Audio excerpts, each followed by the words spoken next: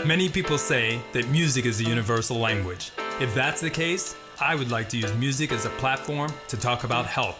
My name is Dr. Moshe Lewis, and I'm a full-time practicing physician who loves music and the way it affects our brains, our bodies, and our well-being. I would like to invite you to tune in where we interview musical artists about health matters that are important to them. But the truth is, we'll be discussing topics that affect all of us. From mental health to body image, cancer screening to stroke, our health is truly our greatest asset. So the goal is to open the dialogue on health to embrace topics that we don't always like to talk about in a way that's raw, candid, and lit. Hopefully, these discussions will improve the health of our community.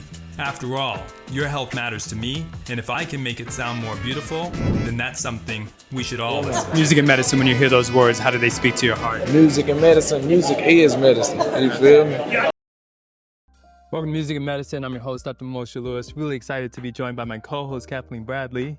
Thank you. I'm so excited to be here. Yes, and we're excited to have energy here in the house. Donald DeP, Paige, your legend precedes itself. Grammy Award winner, performed with some top artists, but more importantly in all of that is the work you're doing and really bringing out like frequencies. So I want to cover a little bit of the history. Let's talk about how the Grammy came from being a PK kid all the way to, that stage. But just tease that some of it out and kind of setting the stage for frequencies.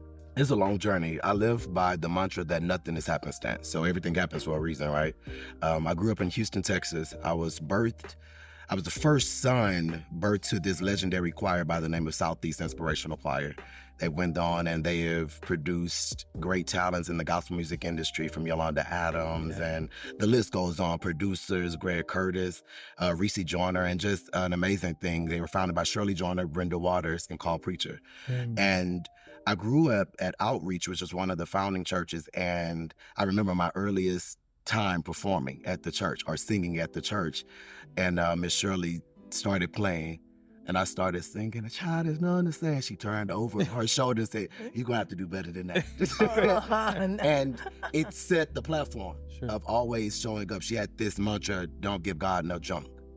And so very early, it was instilled in me that there was a responsibility for being talented, and it had to go beyond just doing things for applause, doing things for the claps. There was a responsibility for us to utilize our talents and make sure that we were emoting, that we were connecting, that we were providing an escape through our different deliveries, through our different extensions, that we were giving people an escape from their reality. And sometimes we were giving them the salve that was necessary to handle and challenge, balance doing and throughout the journey of life.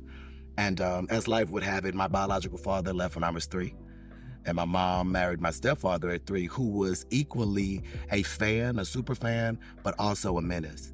And you hear it a lot of times in people's story, that whole, would there be a Tina Turner without a Ike? Would there be a Michael Jackson without a Joe?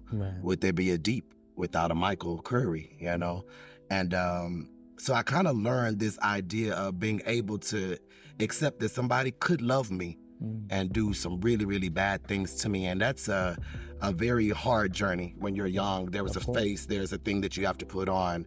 You're getting a whooping in the car. And you go into the church and make sure that you still sing and that you connect. There's a responsibility for you to lead these people to this spiritual experience, and that just set the track. And he was a pastor. He was the preacher. My biological dad was a pastor. And then he came in. I called my mom the preacher maker. Because they all got married.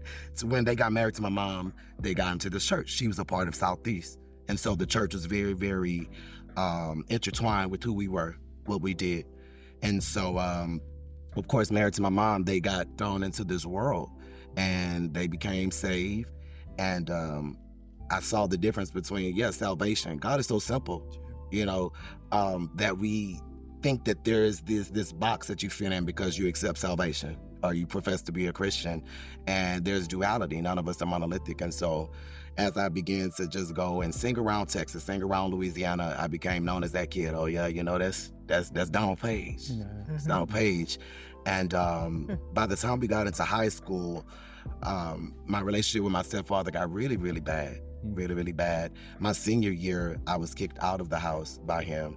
And I found myself being this popular kid in the southern region of the country all of my life, and then being kind of truncated to about 3 main places of support to get through my senior year and go into life. And I went out to college, pledged Kappa Alpha Psi, and just was entered into this whole different world beyond the restrictions of Christianity. While I cite the church for instilling morals and values and even my integrity to the, to performing and being a vessel, Right. I owe it to being outside of that protection, that protective bubble, to be able to really connect with life, which we know living life is a direct correlation to be able to create authentic art. Yeah. We talk about the two in the tandem of them, but it was during that time that I really started being able to shape who is DeP. Mm-hmm. What's the artistic understanding? Yes, God is this foundation and this seed. But interestingly enough, getting away from the church, I kind of was getting away from God. They were so tethered. Right. Being a preacher's Right. kid, Of course. and God was weaponized. Oh, he's watching. Right.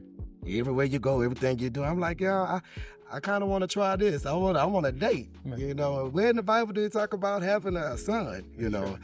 And because I wanted to separate from this gospel family, the name DeP was birthed. The definition of DeP means to divulge lower than a surface level of meaning and understanding on any subject matter. And while being inside DeP, with 2 E's. I know, but yeah, there you go. When I got it signed, I never thought about the monetization of it. When you grow up in the church, you write a song, you have to go teach said song to the choir.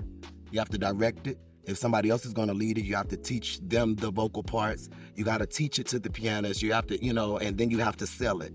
And it has to connect. And at my particular church, Yolanda Adams is in the soprano section. Right. Kimberell is over there. Sure. This is the church Kirk is coming to visit. Sure. Now, these people weren't the legends that they are now, Of course. but they were always operating on that level of excellence. Sure. And so when you got your chance as heir apparent of this legacy, there was this charge towards excellence. But it really wasn't a direct channeling of your authenticity. So when you go over into the secular world, you start realizing there is a unique transparency that's necessary to connect to the masses, right? While still honing the gift and while still shaping the brand. And I went on this journey. I got signed as a solo artist to a label in DC. Out of that contract, signed to a group in New York. Right. And the lead singer of their group actually left them while they were on tour and joined Drew Hill. He became a newest member of Drew Hill, and they brought me in to come and finish out this tour. And during that time, my career, it has rode the wave of social media. It has ridden the wave of, as a talent, you were once responsible for, honing the gift, getting it ready. And there was a team of people that exposed it, right? That now the shift is like, you have to do it. Content creator? Right. Record something? You didn't have you. to think about those things. And there was this protection from them needing to know what we ate today. And so during that time and watching what boxes were being placed on Black men specifically, Black male creatives as artists, we know the power of music. We call it a universal language, and so it's powerful. But imagine when the people decide, let's monetize that. And when they monetize that with seasons before, with people that were, that I looked up to, you look at Prince, you look at Michael Jackson, you look at Whitney Houston, we remember a season where these particular individuals were kind of silenced. Prince said, okay, you want to control me, call me the artist formerly known as. Right. Exactly. Right. And so I literally during my career where I was dubbed next up, there was a lot of things that I was supposed to say, okay, I'll do. Right. And I always was taught to think about the future. If I say yes to this, what am I saying no to later on? Right. And I took a season of downtime. When I left New York, I went back to Houston, did some work in the industry there. About 6 months, it no longer felt like home. And I came out to Los Angeles. And when I got to Los Angeles, I didn't want to do anything in front of the camera, y'all. Yeah. I was supposed to be a creative Hard to director. believe now. Hard to believe. Yeah, really, it is. I didn't want anything to do with the camera, to be honest, because I didn't want to have to compromise. There seemed like there was this demand to compromise if I was going to stay relevant. Right. That wasn't the case. Now, the problem with that is certain things, so I wouldn't sing about sex, right? My name being DeP, the first thing they would ask on the radio, well, how deep do you go? Right. Sure. Right. How deep Like is the mind, but that's not what they wanted for us. And so there was this dumbing down that I felt like Black men was having to accept Right. in order to be successful. Right. And so I hid in the background, which now I know was Cocoon, but I didn't even try to. I came out here, and a friend of mine, Kaya Hicks, she is a background singer. She had been singing on Black Girls Rock. That had become a thing, and she had been out on the road with Jennifer Lopez and Beyonce and all these people. And she met Jill Scott.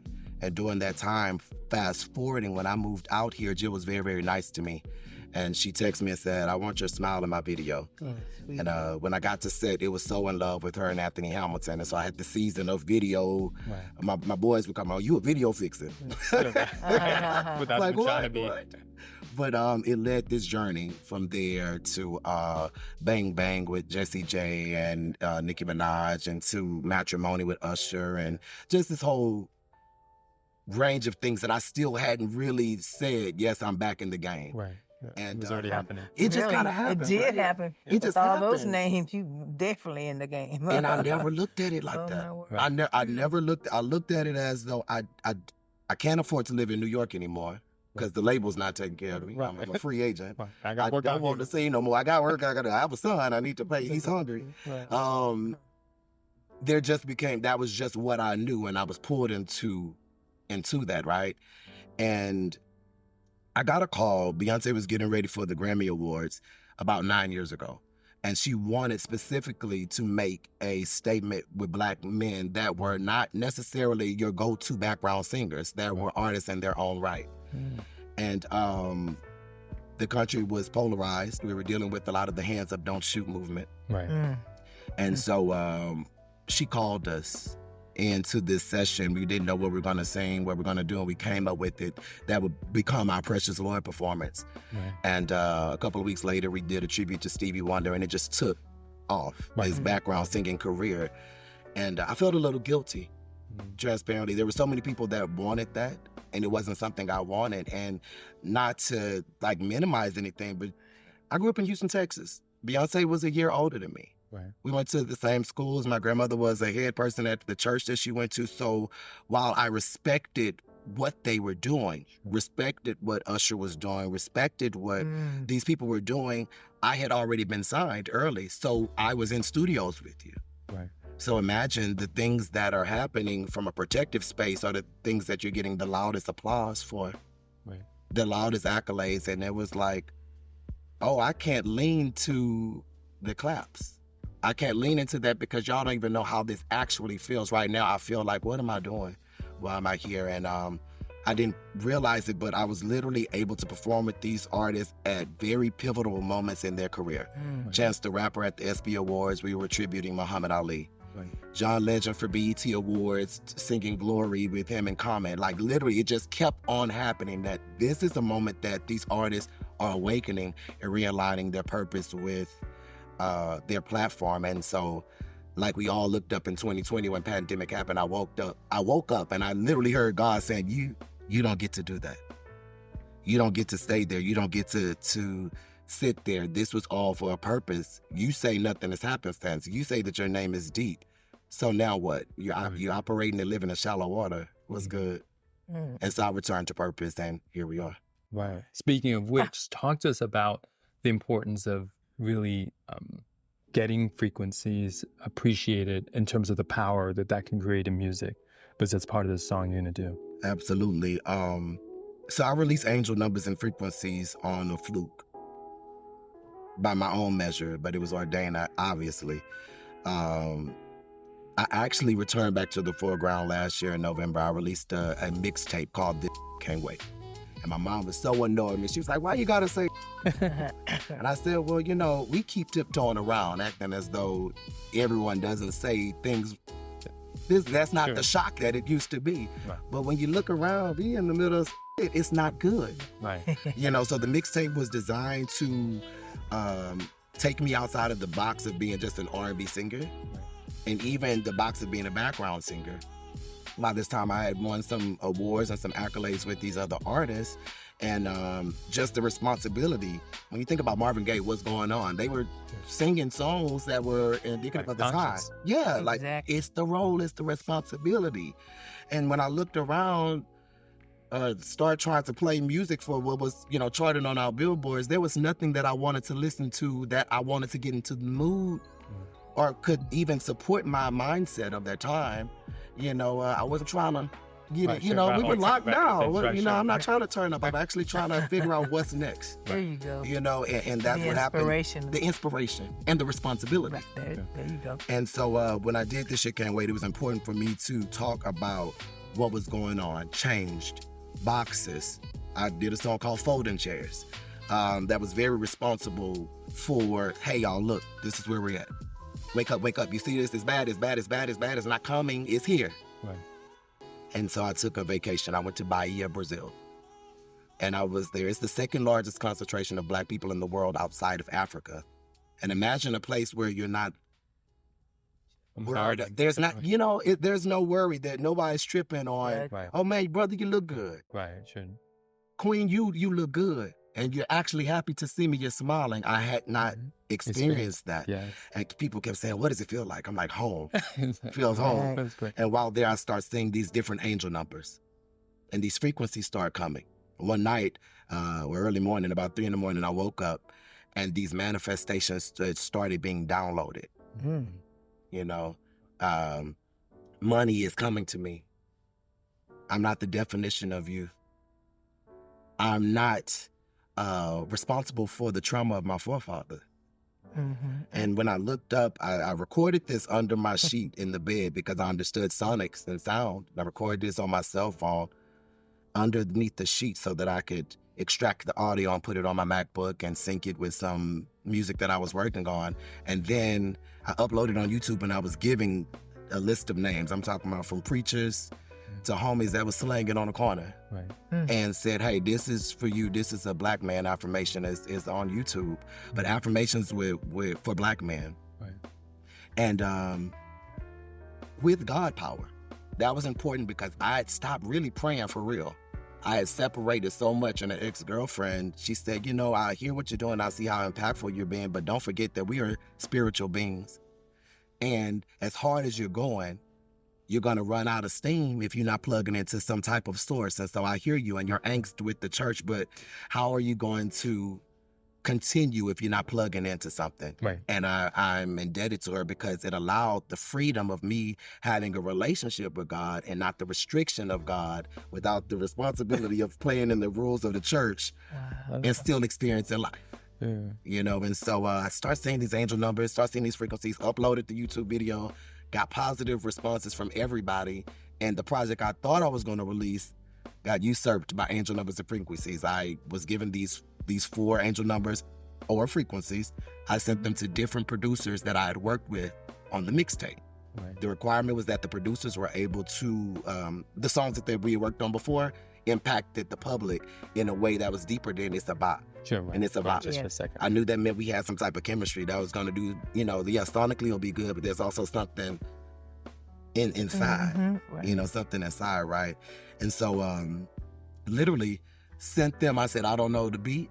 Right. I don't know how fast or how slow, but here's the definition of a frequency. I sent them each one.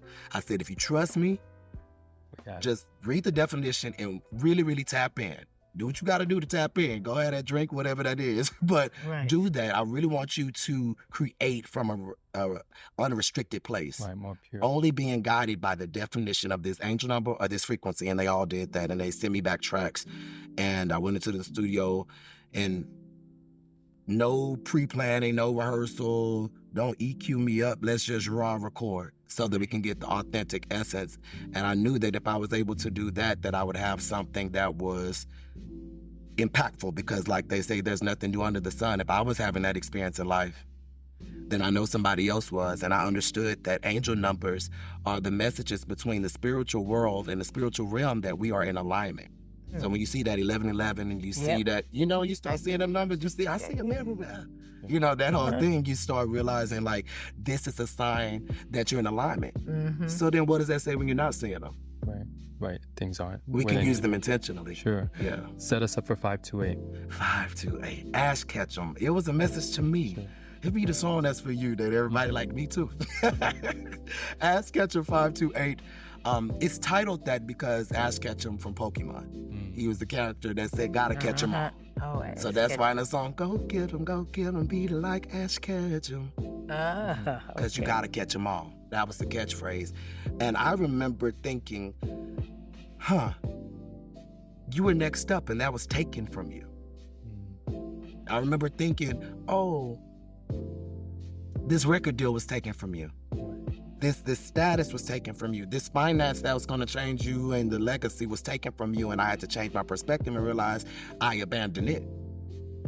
I stopped pursuing. And how sad is it? How entitled are you, DeP, to think that people just supposed to drop it off? You think that you're supposed to show up and yeah, I'm here. What you mean? Like, love me, receive me, receive my right? Sure. No, grant me things. No.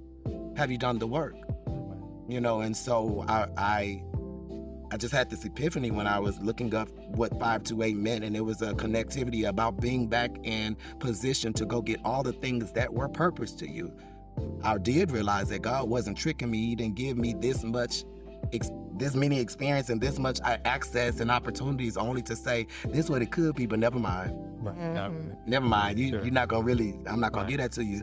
It's the equation of faith and works. And so it's time for me to say, okay, I was tired. I have been doing this since I was 6 years old. You were perfectly cocooned. Imagine trying to hide and you're cocooned in plain sight, next to the left or the right of the biggest stars in the world. Yep. And it really said, okay, now what are you going to do? I'm telling you, this is for you, but I'm not just going to give it to you. You're going to go get them. Thanks so much. Thank you. Your energy and the deepness of really appreciating sort of the way music can be used to not only be positive, but also sort of bring out some of these inner feelings that many times we're too afraid to admit to because industry says this or that wouldn't be right or this isn't a good time.